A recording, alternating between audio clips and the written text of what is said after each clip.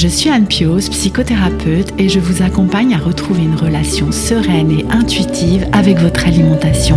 La pleine conscience du pouvoir est un podcast qui vous accompagne à reprendre le pouvoir dans votre relation avec la nourriture, à sortir des injonctions de la culture des régimes et à ne plus vous sentir seul avec tout ça. Dans ce podcast, je partage des outils, des réflexions. Je vous parle aussi de pleine conscience et d'introduire dans votre quotidien plus d'observation de votre propre fonctionnement. Je vous propose également des témoignages de femmes et d'hommes qui vivent ou ont vécu un trouble du comportement alimentaire ou une relation compliquée avec leur alimentation. Leurs témoignages vous permettront, je l'espère, de réaliser que nous sommes nombreux à nous retrouver pris au piège de cette relation toxique. Je vous laisse avec l'épisode du jour. Bienvenue dans l'épisode 83 du podcast La pleine conscience du pouvoir. Je suis très heureuse de vous retrouver aujourd'hui pour parler d'un sujet assez répandu lorsque l'on parle de relation avec l'alimentation. C'est le sujet de l'alimentation dite émotionnelle. Et comme on entend beaucoup de choses et leur contraire, eh bien j'avais envie de vous parler un petit peu plus de la façon dont j'aborde cette question de l'alimentation dite émotionnelle et ce que la thérapie d'alimentation intuitive a à proposer sur ce sujet. Mais avant d'entrer dans le vif du sujet, je voulais remercier toutes les personnes qui me font des retours sur le podcast. J'en reçois régulièrement et que ce soit par mail, en message privé sur Instagram ou de vive voix. Ce travail que nous faisons ici semble être un soutien pour vous et vos retours sont vraiment notre carburant pour poursuivre cette aventure exigeante et passionnante.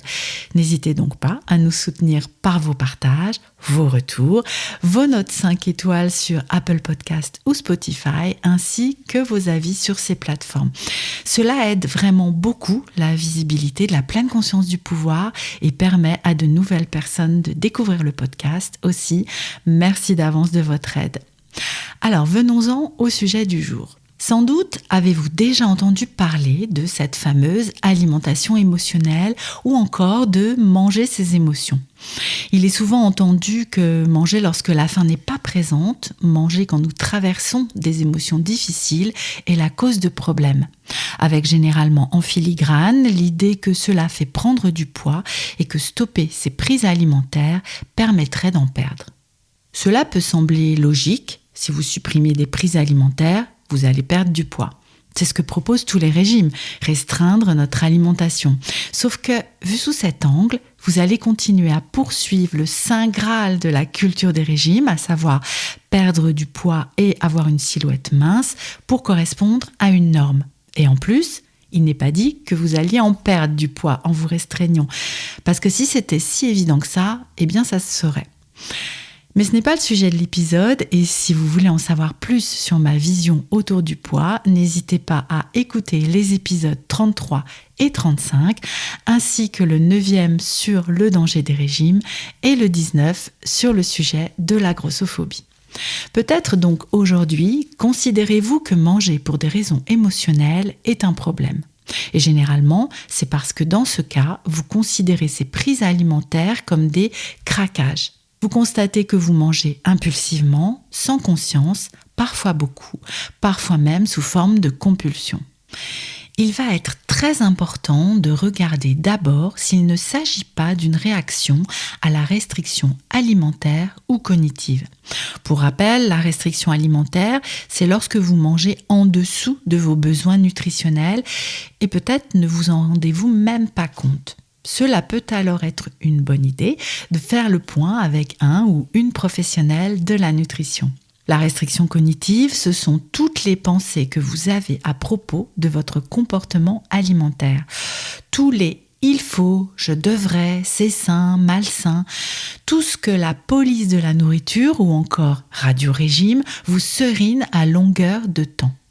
Ces pensées, ces croyances sont parfois ancrées depuis si longtemps qu'elles semblent être des vérités absolues et du coup, lorsque vous allez à leur encontre, vous vivez de la culpabilité.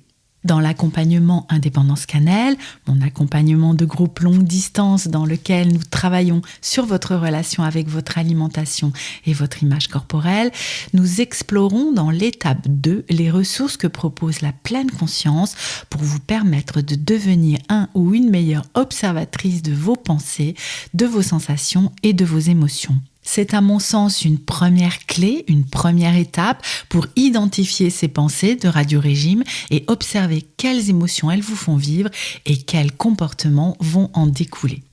La pratique de la pleine conscience est également un merveilleux outil pour apprendre à observer et traverser vos émotions. Nous allons y revenir un peu plus loin.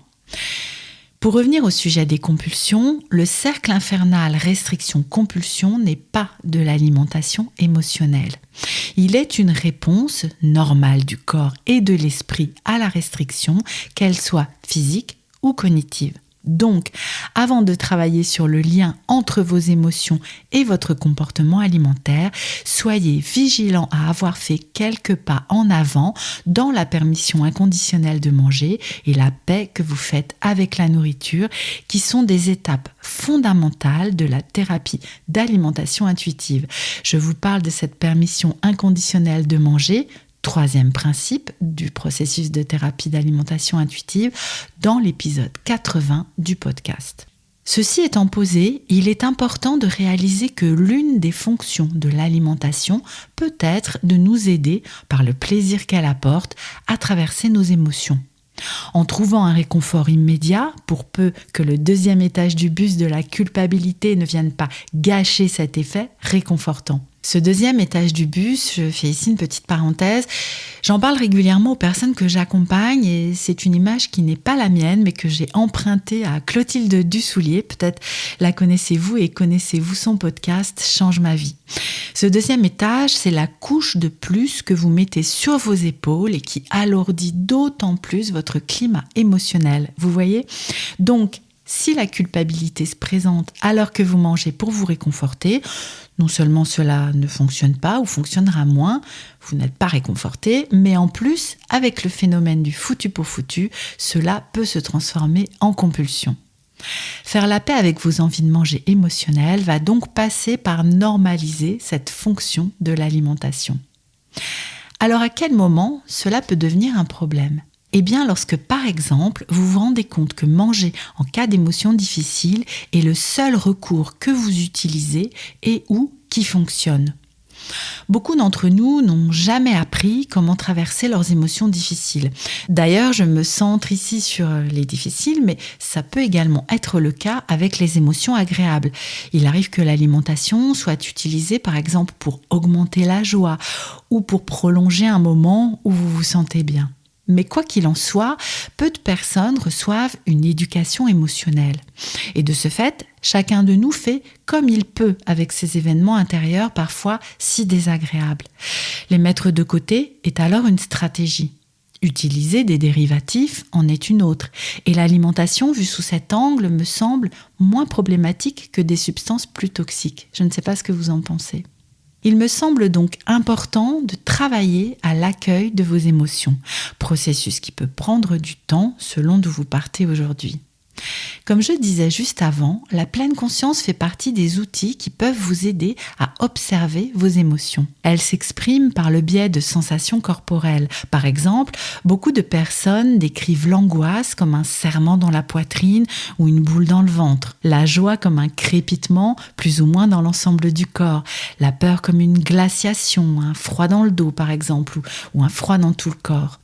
En observant les sensations liées aux émotions, il devient de plus en plus possible, même si ce n'est pas forcément facile, de laisser ces sensations évoluer dans le corps pour finir par se dissoudre. Et souvent, cela ne prend que quelques minutes. Bien sûr, cela demande de la pratique, de l'entraînement et plutôt dans des moments pas trop agités avec par exemple des émotions pas trop confrontantes. Les émotions sont des réponses corporelles à des événements à l'intérieur ou à l'extérieur de nous. Apprendre à les observer, à les traverser, va vous aider à avoir le choix. choisir de, justement, les traverser avec un accueil corporel ou de les apaiser par un moyen choisi qui peut être de manger un aliment qui vous réconforte. Et quoi de plus réconfortant que de choisir cet aliment et de le manger en étant conscient justement de ce réconfort qu'il nous procure. Une autre idée, encore une fois, si vous constatez que manger est la seule solution qui existe pour vous aujourd'hui pour traverser vos émotions, peut être de réfléchir à d'autres moyens qui seraient aussi apaisants. Pas dans l'objectif de supprimer le réconfort de la nourriture parce que ce serait mal de l'utiliser, mais pour avoir une palette de solutions réconfortantes. Je propose aux personnes que j'accompagne de faire une petite liste, pourquoi pas, des choses qu'elles aiment faire et qui leur apportent du réconfort. L'une des anciennes participantes de l'accompagnement Indépendance Cannelle avait eu l'idée de mettre ses idées sur des papiers qu'elle a mis ensuite dans une jolie boîte dans laquelle elle peut piocher lorsque le besoin se fait sentir. Que mettriez-vous sur votre liste ? Voici quelques exemples cités par les participantes de l'accompagnement. Appeler un ami, sortir prendre l'air, vous défouler sur de la musique, pleurer, écrire, pratiquer la pleine conscience, vous faire masser, demander un câlin, jouer avec votre animal de compagnie. Je suis sûre que vous en aurez d'autres pour compléter cette liste. Evelyne Tribol et Elise Reich, les créatrices de la démarche de l'alimentation intuitive, parlent dans le principe 7 du process d'intégrer ses émotions avec bienveillance. Elles parlent d'un continuum dans l'alimentation dite émotionnelle. Il y a différents degrés allant de la gratification sensorielle à la punition. Je vais vous les résumer rapidement. La gratification sensorielle, c'est le plaisir ressenti en mangeant. Nous en avons parlé dans l'épisode 80, déjà cité, sur la satisfaction alimentaire. Vient ensuite le confort. C'est le chocolat chaud qui nous réconforte, blotti sous un plaid devant la cheminée, ou le plat que nous préparait notre mère lorsque nous étions malades, notre Madeleine de Proust.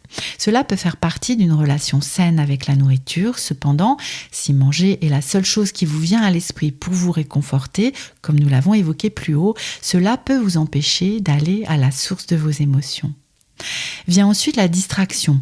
Manger devient un moyen de détourner votre attention du problème pour vous éviter de ressentir le désagréable. C'est à cet endroit du continuum que vous pouvez vous rendre compte que vous utilisez systématiquement ou presque la nourriture pour ne pas ressentir une émotion. C'est aussi à cette étape que ça peut être une bonne idée de demander de l'aide pour traverser plus sereinement vos états émotionnels. L'anesthésie, comme son nom l'indique, est un moyen d'utiliser la nourriture pour ne plus ressentir, pour couper toute sensation liée aux émotions, vous mettant dans une forme d'absence, de perte de lien avec ce qui vous traverse.